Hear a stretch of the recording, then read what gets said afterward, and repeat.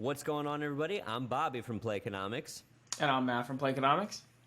And if you guys like what you're hearing, make sure to like, subscribe, and leave us a good review on your favorite podcast services.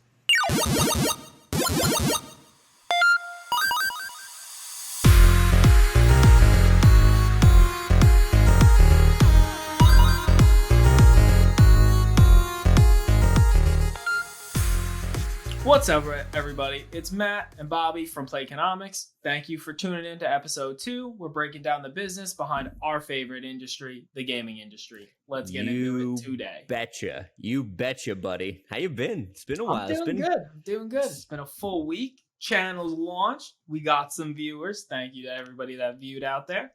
Thank you. Thank you to everybody who viewed. Especially thank you to everybody who left us so many beautiful hate comments on TikTok. I love it.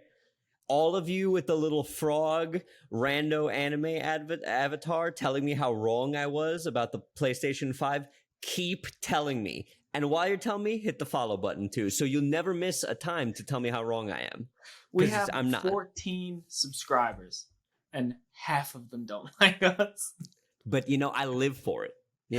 Half of Kanye's subscribers don't like him, but he wakes up early for those people. That's what I'm here for. Those are the people we live for. Okay. Beautiful. Bro, lots to talk about this week, my guy. Oh my God. It's been an eventful week in the world of video games. It certainly has. But you know what? The Steam Deck doesn't matter. Dr. Disrespect doesn't matter. What I want to hear about, what I'm here to hear about, and what I'm sure at least 3 of our 14 subscribers are here to hear about is what you've been playing, Matt. Tell me what you've been playing. So, as per Bobby's recommendation after last week's episode, I purchased Dark Souls. And it just came in on yesterday. I downloaded it this morning. I played it, put about 2-3 hours in. Dark Souls. I don't know who made it. I don't know what guy decided that was a fun way to make a video game.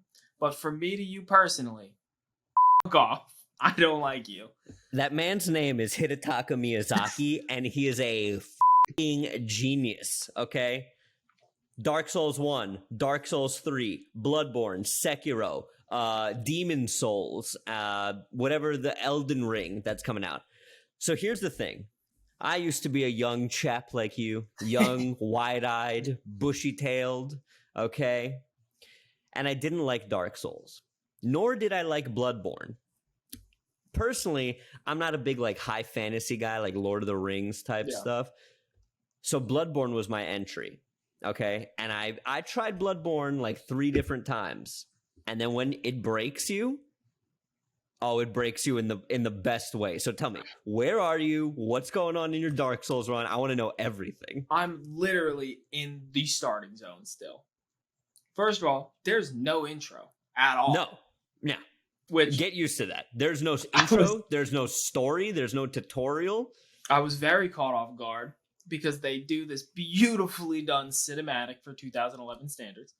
And I'm in there and I'm like, oh, this is going to be so great. I'm going to do this nice little walkthrough, get this beautiful story about this world. No, I'm just in some cemetery. I fought a zombie. First time the zombie killed me. Second time the zombie killed me. Third time the zombie killed me. And I found out you just keep respawning and doing the same thing over and over and over and over again. And now I have to fight this giant in the middle of a arena. That giant's name, and I'll have you pay him respect, is the Asylum Demon. Okay, number 1. Number 1, his name is the Asylum Demon. Number 2, I will tell you how to beat him. Number 3... No. I did not come here for spoilers or hint, Bobby. All right, so what I will say, though, is where there is no tutorial in Dark Souls, read every single one of the messages on the ground. Those little red blood things. Oh, I did. Because those are the tutorials. It'll tell you how to, right?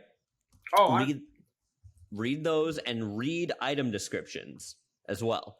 Yeah, the item description thing got me. What class are you playing as? Because that's also violently important. I'm playing as a knight, but I'm thinking about switching to a warrior. You should do neither of those. Okay, that's the first place. Interesting. Pyromancer, I don't want to be ranged. but you can still have an axe. But I don't get a shield. So here's the good thing about at least Dark Souls 1, right? Is that a lot of the characters are interchangeable, right? Okay. So in terms of like if you don't pick Pyromancer, right, and you pick Knight, you have the opportunity to learn Pyromancy at a point later in the game, if that makes any sense, right? Yeah. So the starting class is more like which is easiest going in. What gift did you pick? Because that's also very important as well. It was dumb. The extra health. No, there's another. Pick the key. Start a new save file and pick the key. There's a key. Okay. That's all I'll tell you. Well, you don't want to spoil it, but pick the key. Fair. That's fair. Okay. All right, no. You were incorrect about the first boss. His name is Gundra. No, his name is the Asylum Demon, and I won't stand for it. Okay. Lundex Gundra. First of all, that's the first boss in Dark Souls 3. Yeah, that's what I'm playing. Don't look at me like that. Okay. Totally different game. Still good. You've been telling me you've been playing Dark Souls 1. Oh, no. Okay. No, that was a mistake on my part. Mm-hmm. Check the tape. I said Dark Souls 3 when we started the conversation. You didn't. You definitely said the different game entirely. Okay. Do not pick Pyromancer. Okay. Do not do everything I just said. False. Throw it out the window. Go for if you pick Knight, like you're pretty much you're in the right headspace. So they made Dark Souls 3 after they made Bloodborne. Okay. So Dark Souls 3 is definitely the fastest of the Dark Souls games, right?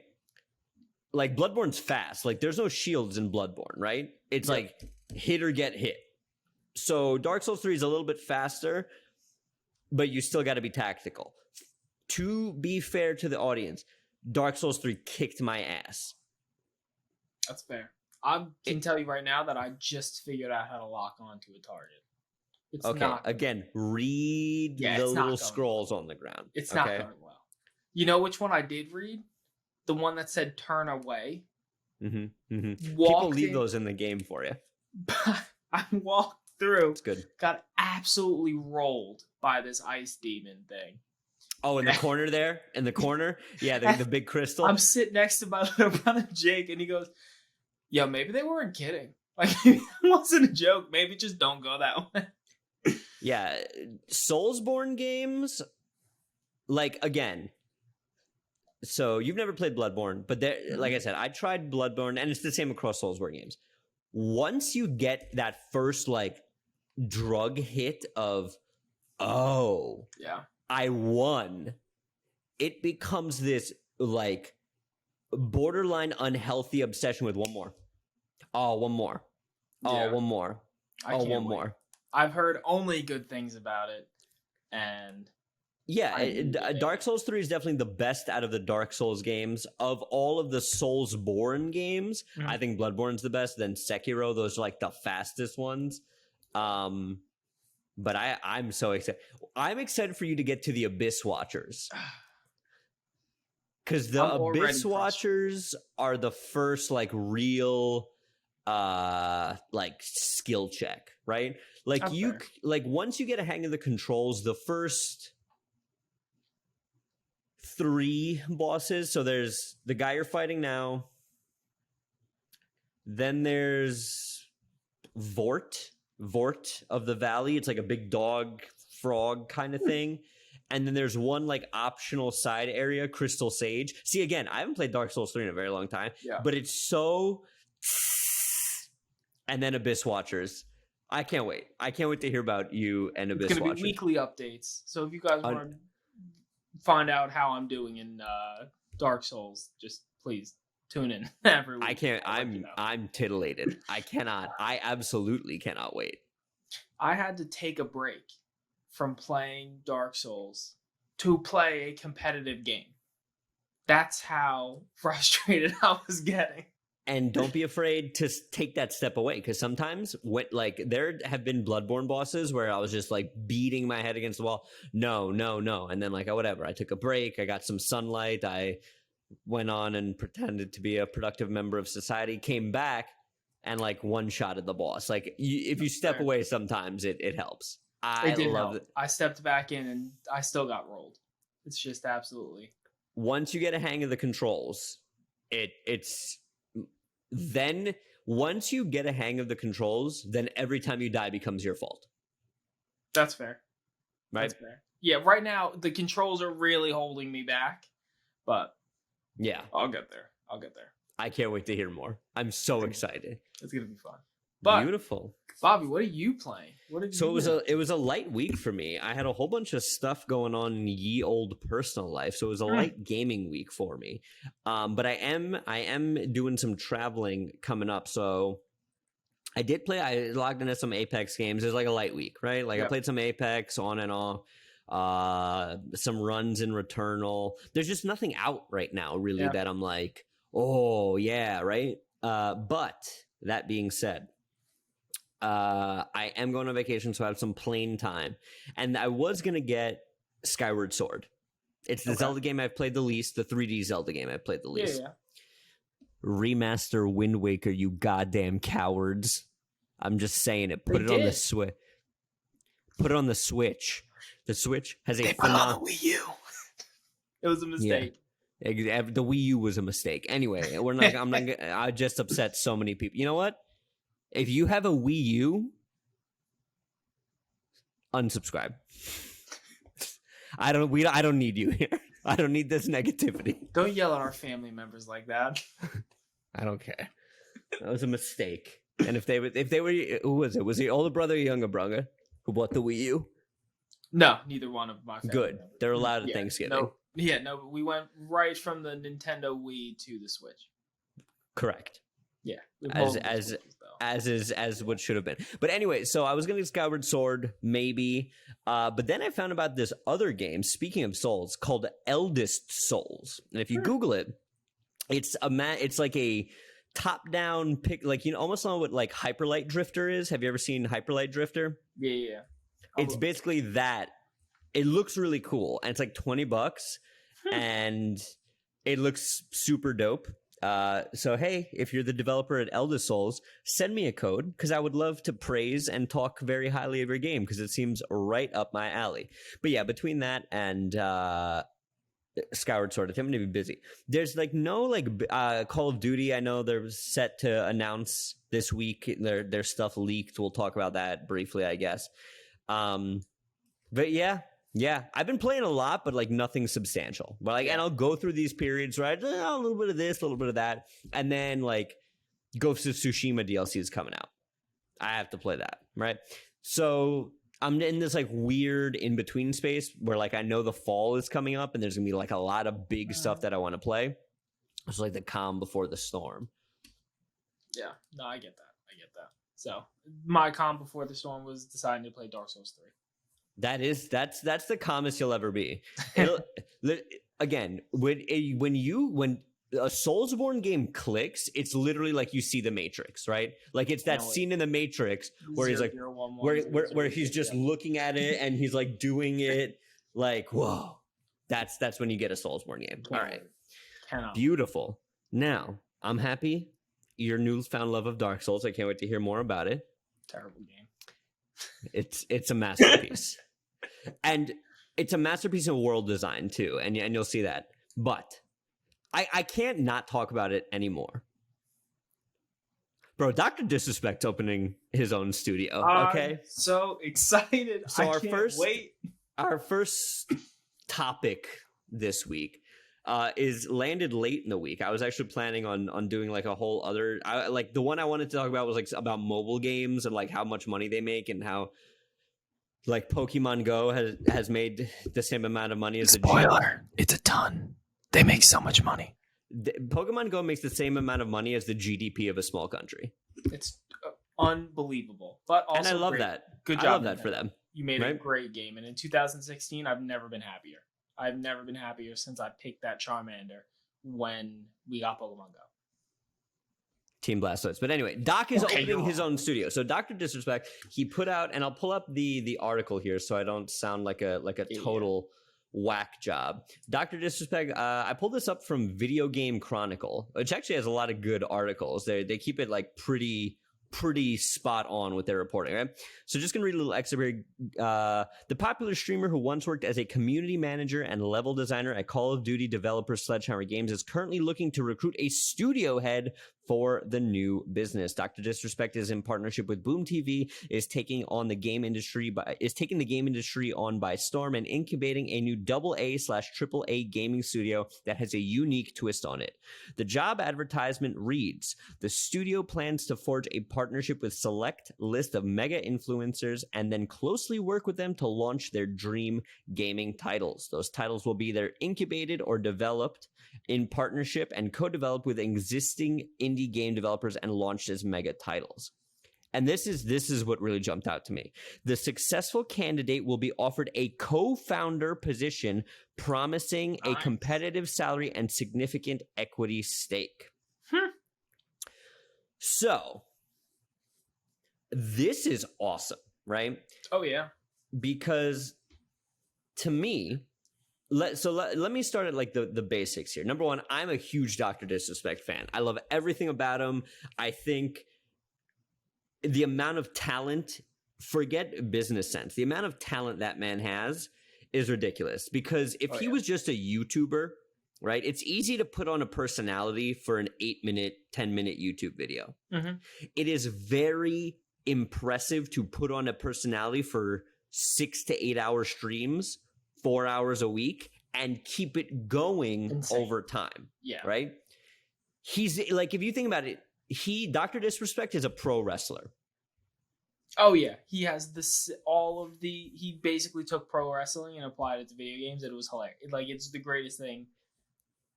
Greatest streamer. Right? So I think personally, he, more than any, maybe Ninja, has really gotten to the core of what it means to be able to monetize your own brand, right? I mean, he has an autobiography about his fake life. I love it. Love it. He has. Do you have confirmation of like what he actually looks like? Oh yeah. Okay. So he was so that's the thing. He was a level designer at Sledgehammer before he was whatever, Dr. Disrespect. His name is Guy Beam. He's actually like that tall in real life, right? Yep. If you ever see like pictures of him at like cons and stuff like that. But anyway, I think this is the most dangerous perfect storm of monetizing your own brand ever. Because this is somebody who understands deeply what it is to be on both sides of the fence. And that makes him so dangerous. He understands what it means to grow a product and grow a brand, but he also knows what it's like to be on the ground floor of game design. Yeah. Right? I mean, what's your take on this? Because I could go in 100 different directions. I'm really, really excited for the streamer aspect of it and having them design their own games for two very important reasons. One, they might put out a banger and they just put out a really, really good game that's really well received, and it puts hopefully other game developers on notice that you can design games like this with the consumer in mind, without business analytics and engagement rates and all of these things that don't measure actual enjoyment. And you can make a successful game, or they're going to make something trash. And I really, really hope that it's not just some community-based game where we get like a Miitopia, but you're basically fangirling over a bunch of streamers. And like, that's the game design. That's what I'm worried it's going to be. I'm worried it's going to be a community-based game instead of, depending on the streamer, not all of them do competitive games. Most of them are really good at building communities, and that's how they maintain their follower base. But I don't know how good they would be at game design. So here's my thing. Because all of those points I feel like hit the mark in one degree or another, right? To me, I'm of the opinion that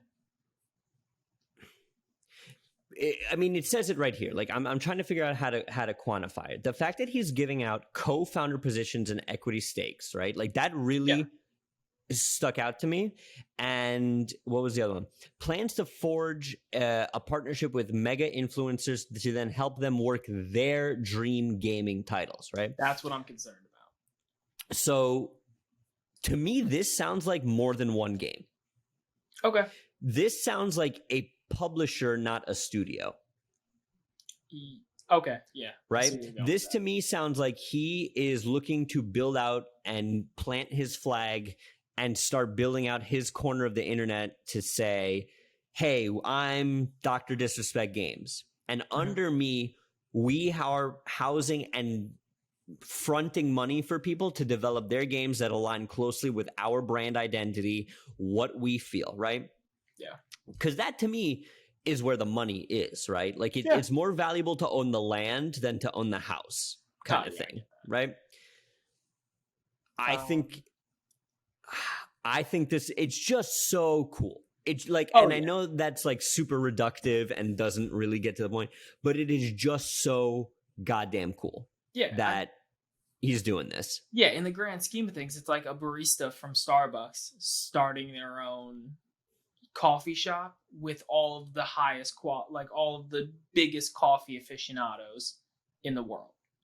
And but see, this is like I said before, and knowing what it's like to put in the work on a technical level, true. Right? Yeah.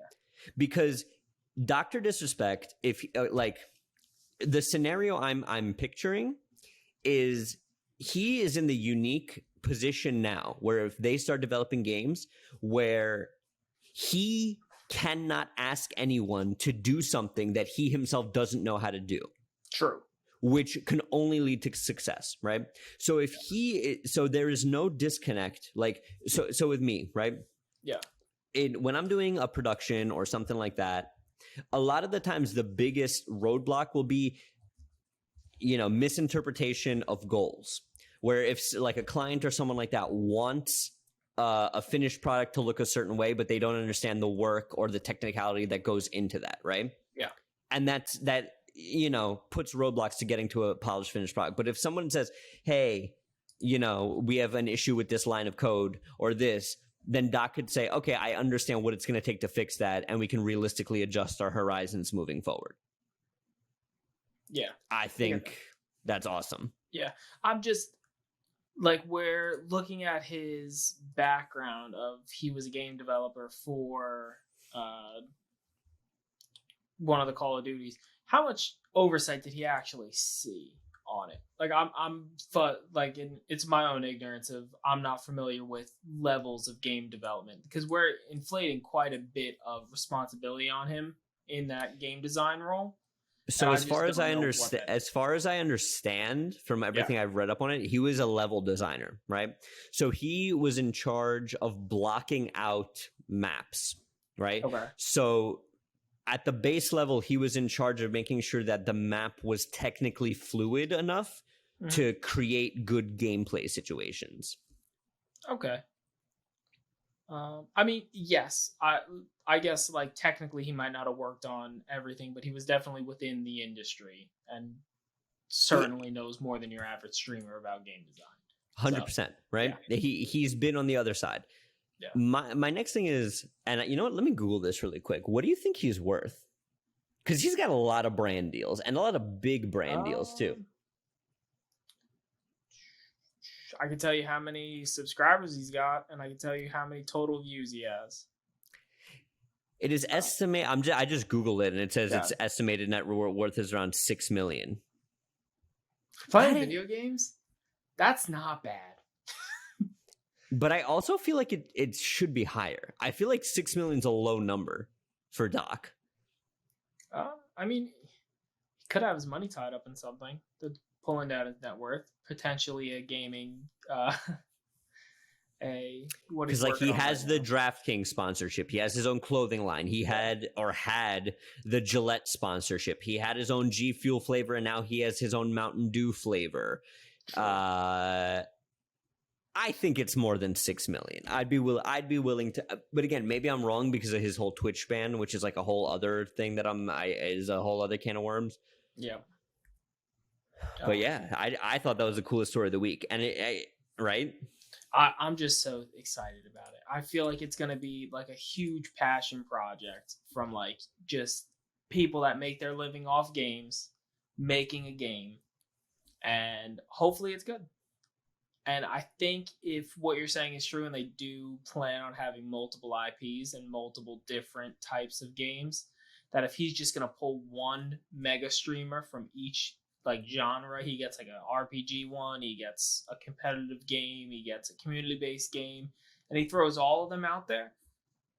If one sticks, I think it's worth it.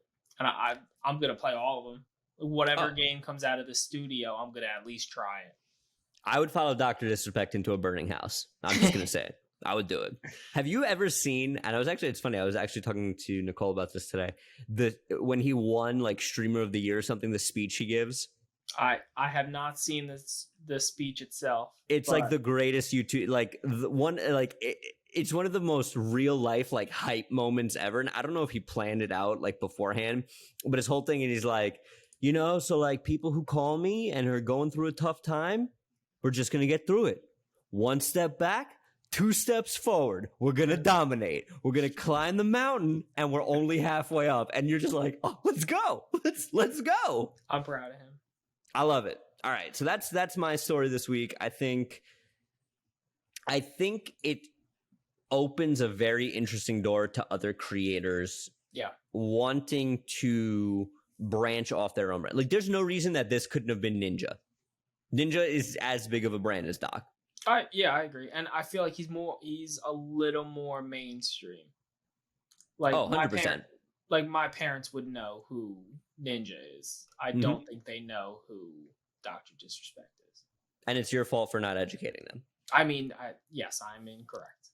So we're back, and if you're wondering where we went, boy, have we been on the adventure the last 25 minutes. What? Matt, why don't you?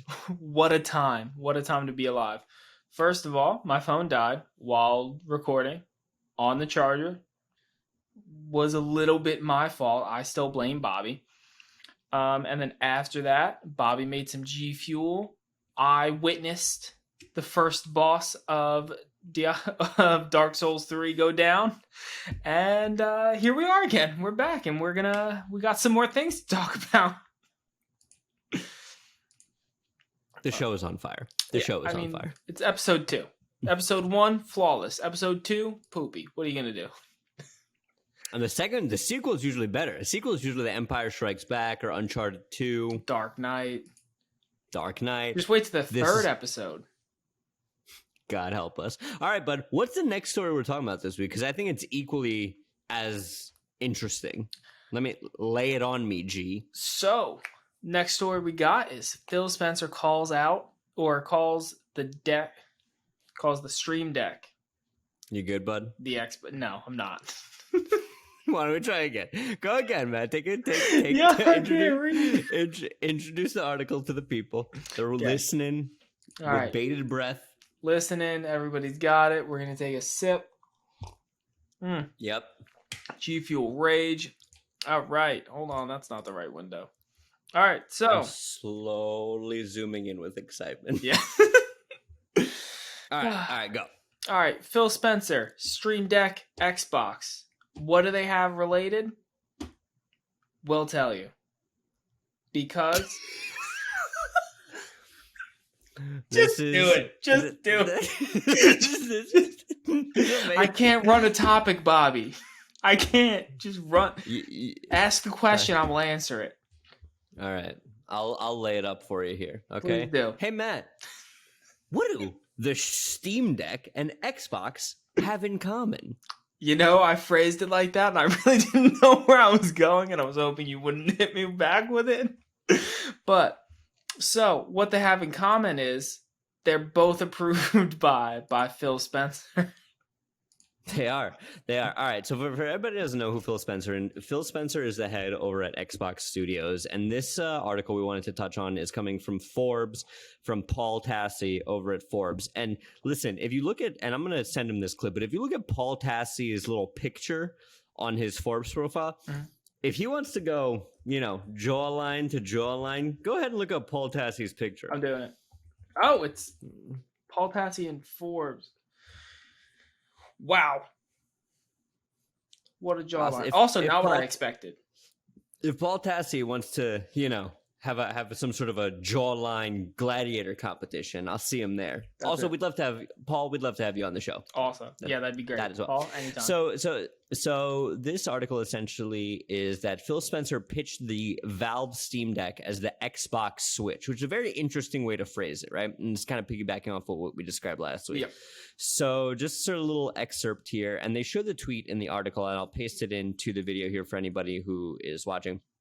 And Phil Spencer tweeted out, was at Valve Software this week talking with the team about the Steam Deck. After having mine most of the week, I can say it's a really nice device. Games with me on the go, screen size, controls, all great. Playing Halo and Age feels... I don't know what Age is. Playing Halo and Age feels good. xCloud works well. Congrats, the development team.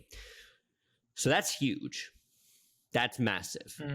Because I've posited many times, and I know you have as well, that Microsoft's endgame is not a hardware company, it's a software company. It's what they're best at. So for them to come out and say, hey, you guys did a lot of the hardware work here. We're just going to put our software on there. That's massive. Yeah, and to be honest, I think that's where it's going. Because if it's the same change that happened with the TV industry, where we had all of the cable networks, everything, and now we have smart TVs that run Netflix, Hulu, HBO Max, and now it's just all subscription based. And it's just a matter of time before the gaming industry catches up. What I'm looking for, and I think is going to be the pinnacle of it, is PlayStation, maybe Nintendo. They might have their own.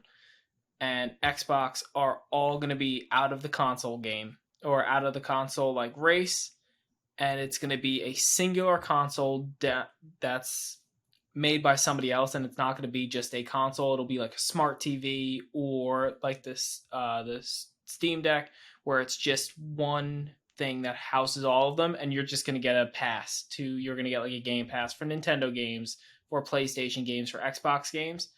And I think they're going to be closer to something like Disney Plus, where Disney Plus gives you access to a lot of good things. Their marquee stuff, you pay extra. When you have the brand new movie come out that everybody wants to see, you're paying a $30 fee on top of that monthly subscription. And I think we're going to see that for things like Halo. You're going to get the marquee fee. Mario games, Pokemon games.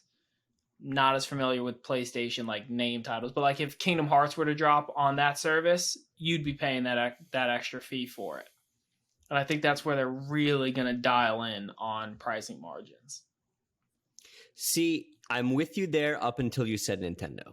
Because to me, Nintendo's fortress is their hardware, right?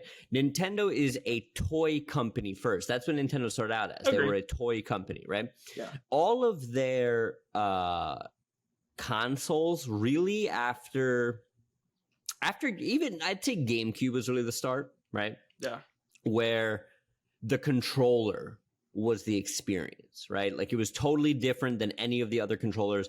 Wii, DS, the handheld, like they've always been on the cutting edge of making their hardware unique, right? I think that's a big part of Nintendo's personality, right? To me, like I don't care what my PlayStation, like it's cool, like you'll see it right there, like it's cool, but it sits under the TV, like oh, it's white now, and like all the other PlayStations in black. Neat. I don't care. Right? So I'm with you there that, you know, Ubisoft has a pass, EA has a pass. Yeah. We're going there. But I guess then my question is, who is left in that hardware space, because it takes two to tango, right? If Nintendo is that and Valve is that, right, and everybody else is doing this land grab for software, right, to move everything to a digital infrastructure, who is left to do that, right? Is it a stick? So that, right? Yeah, that's why I went to the TV aspect. That's why I went for like a smart TV, where that's already established kind of like media to throw those things through. But the more I was thinking about it, I was kind of thinking of, you know how the Mac PCs are all in the monitor? Yeah, the iMacs, yeah. Yeah, basically that. So we're just going to have everything move to almost PC gaming, but it's just going to be something like that. It's going to be an already established like electronic provider is going to just make a product that runs it, and they're going to make a deal with the first one, whatever the first gaming company is to make that deal, they'll start it, and every other electronics company is just going to follow suit. See, and this is, and I want to do a whole episode on this one day, Google Stadia. Yeah. Because I was the first person, when Google announced what Google Stadia was going to be, I was like, this is going to change the whole game. And it didn't, because Google let it die on the vine. But that was Stadia, right? Yeah. Stadia was that digital infrastructure where Google owned every point. They had the stick, the whatever, Chromecast. Yep, great product. They had the online infrastructure. They have Google Fiber, so they had the internet bandwidth to make something like this work, and they just didn't, right? Yeah. Like they're like Google Books, Google Plus. Like there's plenty of shit that Google has abandoned. Yep. But I think this is super telling, because you have a Phil Spencer's not a nobody, right?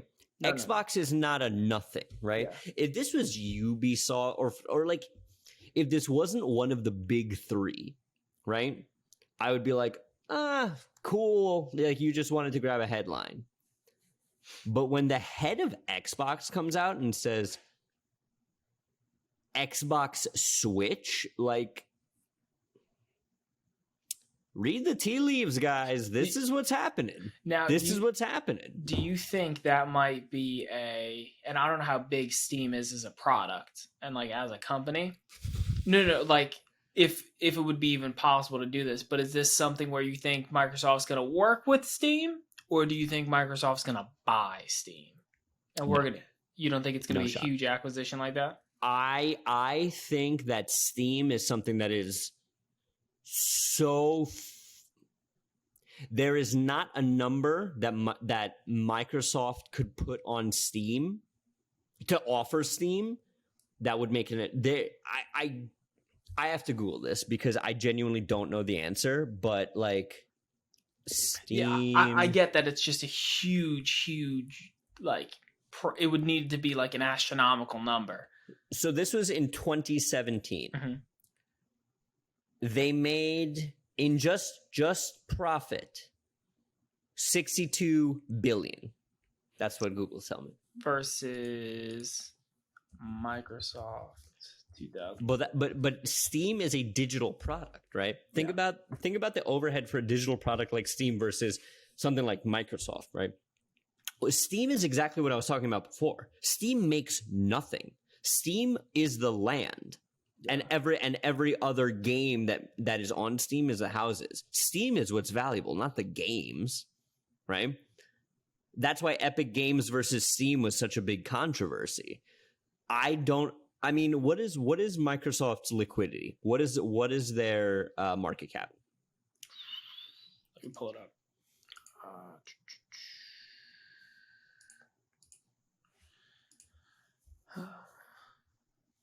Because I don't know if they'd be able to do. All right, if it's not a purchase and that was just out of sheer not having the information how much they're worth, but like you get what I'm saying. Like, what if it's not where Microsoft's just going to use them? What if it's just a merger and they decide that they want to be one company and they're looking at it that way? I don't see what the benefit in that for Steam is, right? Like I only see the benefit for that in Microsoft, where Steam's good. Valve and Steam never have to do anything again and have spun the wheel perpetually just to make themselves money until the end of time. Oh yeah. That's just how it is. I don't know what Microsoft would be able to offer Steam that they themselves don't already have, or have the potential to do, because they have such a big war chest. That's fair. Right? Gotcha. So you think this is going to be like if it was going to be anything, it'd be a partnership or a collaboration. It wouldn't be a direct purchase or merger. Yeah, no shot. I think, if anything, if I was Gabe Newell and I was Valve and I was Steam, I'd call Phil and say, Phil, buddy, Saw the I love article. that I saw the article. I love that you love the Steam Deck. You can run Xbox Game Pass forever, but we want 5% of every transaction made on Xbox through our portal. Yeah. Why wouldn't you do that, right? Imagine if this is just a subtle jab at like that relationship, and then Halo comes out. Halo's on Steam. It would. You'd have to really. I'd be hard pressed to understand. Like, I'm open to it, but pitch me the way how that happens. No, like that's how they start that relationship. Like all what you said is completely in the background, but they don't launch it until Halo's ready. Which I have a theory on Halo, November 15, 2021, guaranteed. But I'll hold you to that. Guaranteed. But if you launch that relationship and collaboration where you can now get Game Pass games on Steam in the near future, you launch it the day Halo comes out and you include Halo in Game Pass. So when you say Game Pass games, just so I understand, meaning you would still have to pay full pop for a copy of Halo through Steam, or it's just like an integrated thing, where like Halo comes up as something on Steam, but you still have to be a Game Pass member. You have to be a Game Pass member, and it comes up on Steam. You could run it through Steam. Like you don't need to own an Xbox to have Halo. I think it's possible. I just don't see it happening. Neither do I. I don't see it, and nor would I see it happening anytime soon. But I think while we're in this space of this guy throwing out, or Spencer throwing out a shot at Steam saying this is the Xbox version of the Switch. If there was a game that I would want as my launch title, it would be Halo. I agree, but I think you and stick with me here. Mm-hmm. I think it would be the next Halo. Oh yeah, that's fine. The reason I say that is because this is a very niche product. Yeah. For a very niche audience. It's not a cheap handheld, and it's a handheld, right? Like it does the dock thing. What's it running? Like how much? What do you mean? It's I think like $499 for like the base model, but like, so it's as much as like a PS5. Right? Like it's not a cheap piece of tech, right? But I think if you wait enough until enough people have that hunger for it, and once the install base is there, then I don't see why you don't try to get your products. Yeah, I get that. Is Valve a publicly traded company? I know that's a very ignorant question, but I would be very curious to know what Valve's valuation is at, because Valve is their own company. They don't have a parent company as far as I know. I'm not seeing is Valve. Let's see Traded. Let's see here. Nope, privately held. Privately held. Yep.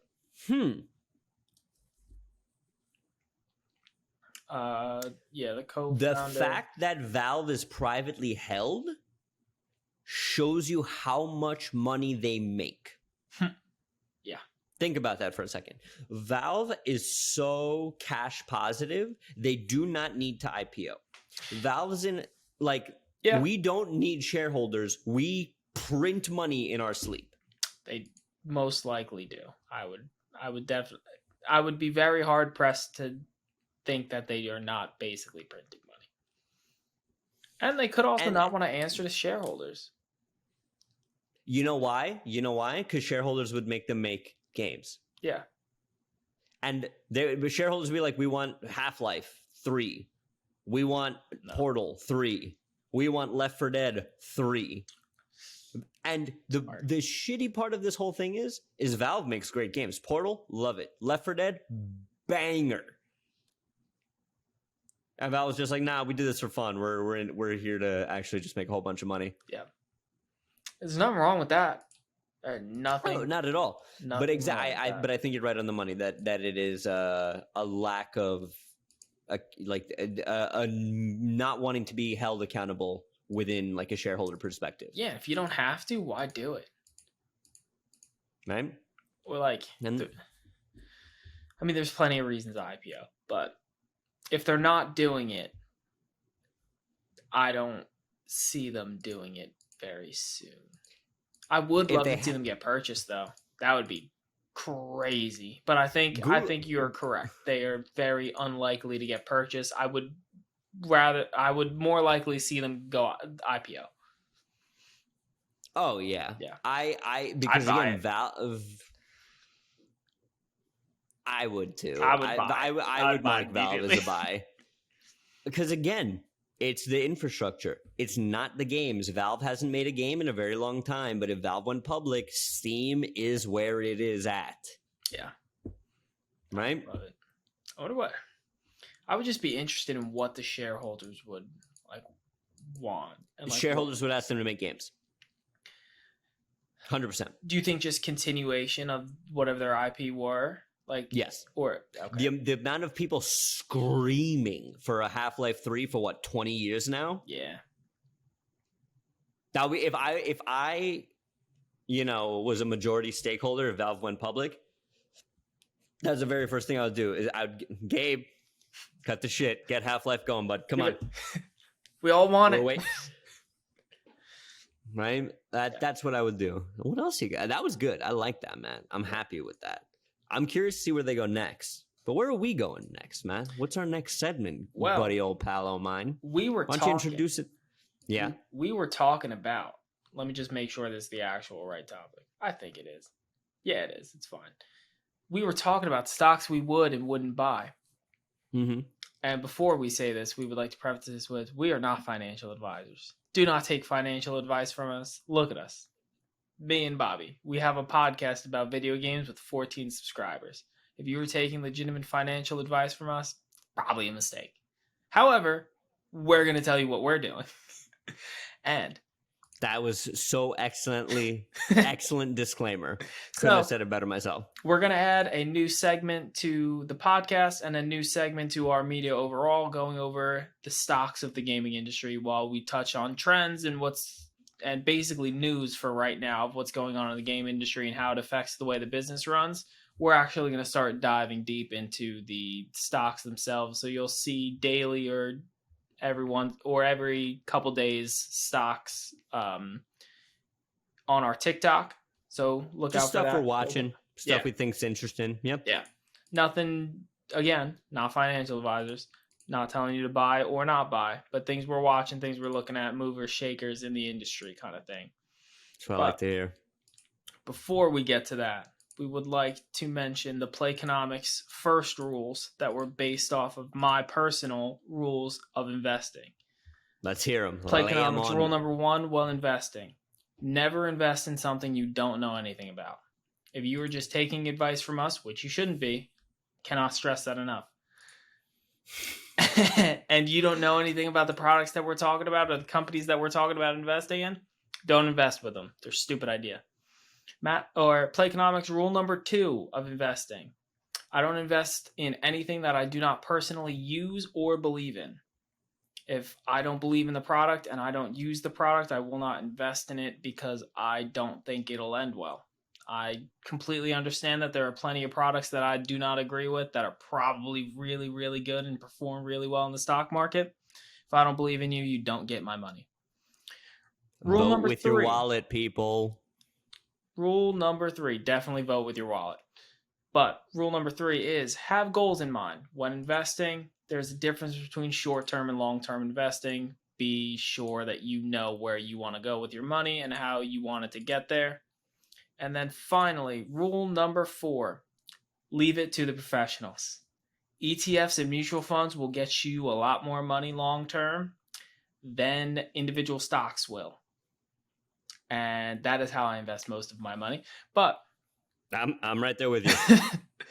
But with that in mind, let me tell you some current stocks that I am currently watching.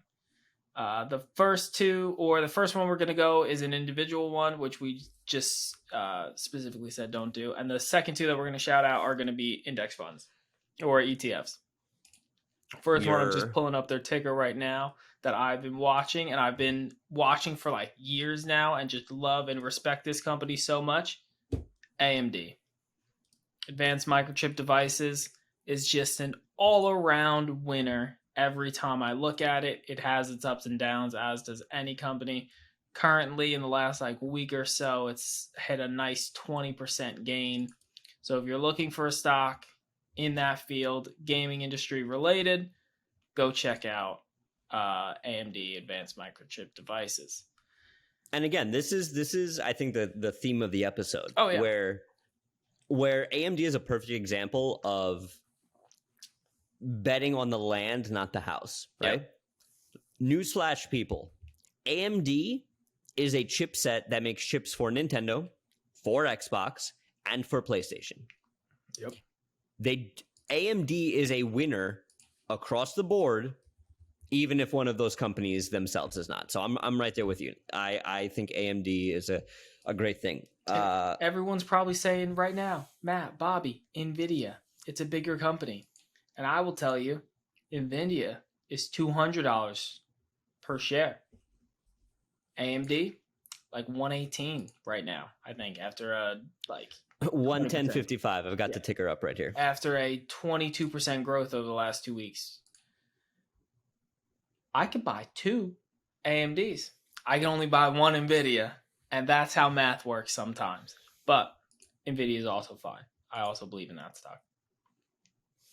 I'm looking here. I'm looking at their price to earnings, and I'm looking at just their overall, just their like exactly what you said. Like on the short term, they're down. On the midterm and the long term, they're up. Like that. What are you looking at now? AMD? I just pulled up Yahoo Finance, right? There is no way that AMD is on a short term down right now. Yep. 2 to 6 weeks. AMD, it's a big old red arrow down. Is that bearish? Is it for the next 2 weeks, or is it the previous 2 weeks? I don't know. I don't use Yahoo Finance much to do chart analysis. That has to be. It's predicting it because I recently purchased it and it has gone up 22% in 2.5 weeks. And it's at the highest it's ever been. So it's close to the highest it's ever been. I don't think it's going. I would think in the next 2 or 3 weeks you would see a little bit of a sell off, but I don't think. August 4th was the highest it ever was, which was 118.77. And we're hovering around 110. But still, that's. I mean, they came out of the gate at 92. So. Slow upward growth. Yeah, it's a slow burn, but I'm enjoying it. I like AMD. I think that's an interesting place to be. What else you got? And then I think everyone should go whatever brokerage account they use and look up some ETFs in the gaming industry. The 2 that I've seen recently are BJK, which is a Venic Vectors ETF. And one that is under the ticker NERD. Now, I think I turned you on to one of these. NERD. Right? Yeah. NERD? So, why? What them specifically, or just, I'm not telling you to invest in them. I'm just saying those are places that you could start to compare other ETFs, because you could actually, through most brokerage accounts, you should be able to filter by ETFs, mutual funds, and indexes, and then pick what industry you want to look into. So those are just 2 checkpoints to make sure that you did get into the correct industry and correct file, and then browse through some of those, see what they're following. Let me pull up NERD real quick to see what is 27 and a quarter. No, I'm looking for what actually is inside of it. Oh, like the full basket? Yeah. Let me pull it up real quick. And I think Vanek Vectors also has an esports ETF. They too, do, I believe. Yeah, that's BJK. The ticker price. No, they had a separate one. I think. Hold on. Really? I'm almost yeah. It's there. So they have a Vanek Vectors Video Gaming and Esports ETF ESPO. Oh, okay. Is the ticker? That one I have not looked at.